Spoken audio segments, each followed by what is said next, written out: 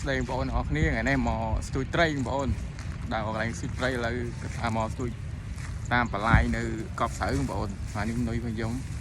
គឺនុយកពឹសបងប្អូនឥឡូវចាំមើលទស្សនាអរគ្នាថាខ្ញុំស្ទួយត្រីបានអត់បងប្អូនអញ្ចឹងឥឡូវយើងពងកន្លែងស្ទួយត្រីអញ្ចឹងបងប្អូនខ្ញុំមកស្ទួយនៅបន្លាយកប់ស្រូវបងប្អូនតាមបន្លាយឥឡូវចាំមើលថាយើងស្ទួយត្រីបានអរគ្នាអត់បងប្អូនតាមវីដេអូអរគ្នាហើយនេះគឺជាសកម្មភាពខ្ញុំដោតនុយអញ្ចឹងបងប្អូនដើម្បីដាក់ស្ទួយត្រីអញ្ចឹងបងប្អូនហើយខ្ញុំទិញកាពើនេះទិញប្រហែលជា1000បងប្អូនទិញមកពីផ្សារអញ្ចឹងពីមុនខ្ញុំស្ទួយនុយកាពើដែរអញ្ចឹងបងប្អូនបានត្រីការខ្ញុំស្ទួយហ្នឹងបងប្អូនគឺខ្ញុំស្ទួយ3នាក់អាសនាថេបថ្ងៃនេះគឺមកម្នាក់ឯងបងប្អូនហើយមកសាក់កន្លែងថ្មីទៀតបងប្អូនមកលើកប់ស្រូវអញ្ចឹងហ្នឹងបងប្អូនតាមបន្លាយកប់ស្រូវហ្នឹង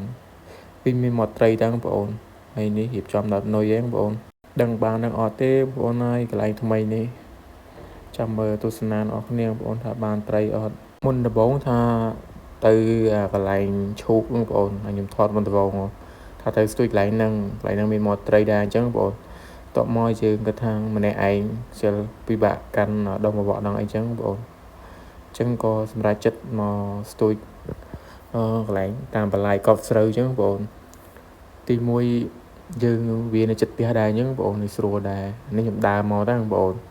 មុននឹងមកបវក់ហ្នឹងបងប្អូនខ្ញុំស៊ើបហើយខ្ញុំជិះម៉ូតូតាមមើលសិនតែកន្លែងណាអាចស្ទួយបានអញ្ចឹងបងប្អូនហើយកន្លែងនេះគឺត្រីវាស៊ីដែរបងប្អូនតែវាជាប់ដឹងត្រីអីវាទាញដែរបងប្អូនរៀងញាក់ដែរដឹងជាប់ដឹងអត់ដែរបងប្អូនហើយដឹងបានអត់ទេថ្ងៃហ្នឹងអត់បានចប់ហ្នឹងបងប្អូនហើយតែខំមកស្ទួយម្នាក់ឯងហើយអត់បានទៀតចោលបណ្ដោយហើយមកលើកដុំបវក់ទៀតហើយតែវាទាញបងប្អូនមិញជាប់ទៀតដឹងបងប្អូនហើយចាំមើលសាក់លើកមើលមិនវាទាញយ៉ាងនេះដែរហ្នឹងលឹបអាហ្នឹងដែរបងប្អូនលើកទៅគឺទៅទេបងប្អូនហើយនុយនៅសល់តែអស់ចប់ហើយមេឃក៏រៀងខ្មៅយើងបងប្អូនមេឃក៏ភ្លៀងទៅហ្នឹងបងប្អូនអញ្ចឹងខ្ញុំមកស្ទួយរៀងយូរដែរបងប្អូនហើយខ្ញុំគិតថាត្រឡប់ទៅផ្ទះវិញបងប្អូនមកយូរដែរអញ្ចឹងត្រីវាអត់បានហើយនុយនេះនុយនៅសល់ច្រើនហ្នឹងបងប្អូនហើយនុយពឹសមុនដាក់ជាមួយអាសនាប្រូថេបបានហើយនេះដងកាមេរ៉ាខ្ញុំសម្រាប់ថតម្នាក់ឯងអញ្ចឹងបងប្អូនខ្ញុំធ្វើការម្នាក់ឯងអញ្ចឹងខ្ញុំថតហើយដាក់វានឹងបានអ្នកជំនួសមនុស្សម្នាក់ដែរបងប្អូនបន្ទាប់មកក៏យើងរៀបចំទៅផ្ទះវិញព្រោះមេឃវាល្ងិតអញ្ចឹងបងប្អូននិយាយទៅល្ងិតមែនតើនោះប្រហែលជាភ្លៀងបដាបងប្អូនអញ្ចឹងខ្ញុំរៀបចំទៅផ្ទះនេះយើងធ្វើដំណើរទៅផ្ទះវិញហ្នឹងបងប្អូនហើយយើងអត់សូវទុកចិត្តដែរមេឃអញ្ចឹងបងប្អូនហើយយើងបានត្រីទៀតបងប្អូនហើយអញ្ចឹងយើងគិតថាត្រឡប់ទៅផ្ទះហ្មងទៅហើយកន្លែងណាមានត្រីប្រាប់ផងបងប្អូនអើយមកស៊ុយមិនបានត្រីបងប្អូនឥឡូវចាំទៅផ្ទះវិញហើយមានភ្លៀងអញ្ចឹងបងប្អូនហើយបងប្អូនណាដឹងកន្លែងតំបន់ណាបោត្រីប្រាប់ផងបងប្អូនខ្ញុំអត់មានកន្លែងស្ទួយត្រីនេះហើយខ្ញុំអត់ទៅស៊ើបកន្លែងមានត្រីមានអីចឹងបងប្អូនហើយលេងមិញខ្ញុំទៅដើរលេងមានស្ទួយមាត់ត្រីមាត់អីចឹងបងប្អូនហ្នឹងនេះតាមមកសាកកន្លែងនេះតាមបន្លាយនេះវាអត់មានដែរបងប្អូនថាស៊ីផងទុយមួយថ្ងៃដែរបងប្អូនអើយចប់ហើយឥឡូវផ្ទះវិញនេះនឹងបានត្រី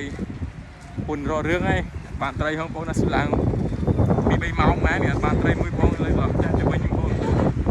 យើងនៅក៏មិនបានប្រយោជន៍ទេគាត់បានត្រីផងណាផ្ទះវិញហើយនេះក៏ខ្មៅទៀតអញ្ចឹងបងប្អូនហើយដឹងថាតំបន់ណាធ្វើត្រីធ្វើអីប្រាប់ផងបងប្អូនខ្ញុំចង់ទៅស្ទួយដែរនេះថ្ងៃទឹកអ្នកអីវាទៅនេពីការងារអញ្ចឹងបងប្អូនស្ទួយត្រីស្លអីអញ្ចឹងបងប្អូនអត់នៅទៅនេដែរអញ្ចឹងបងប្អូនឥ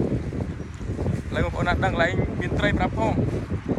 ខ្ញុំនៅប្លុកឈូបានេះបងប្អូនឈូបា1ឈូបា2បងប្អូនឥឡូវរៀបចំទៅផ្ទះវិញហើយជួបគ្នាវីដេអូក្រោយបាយបាយ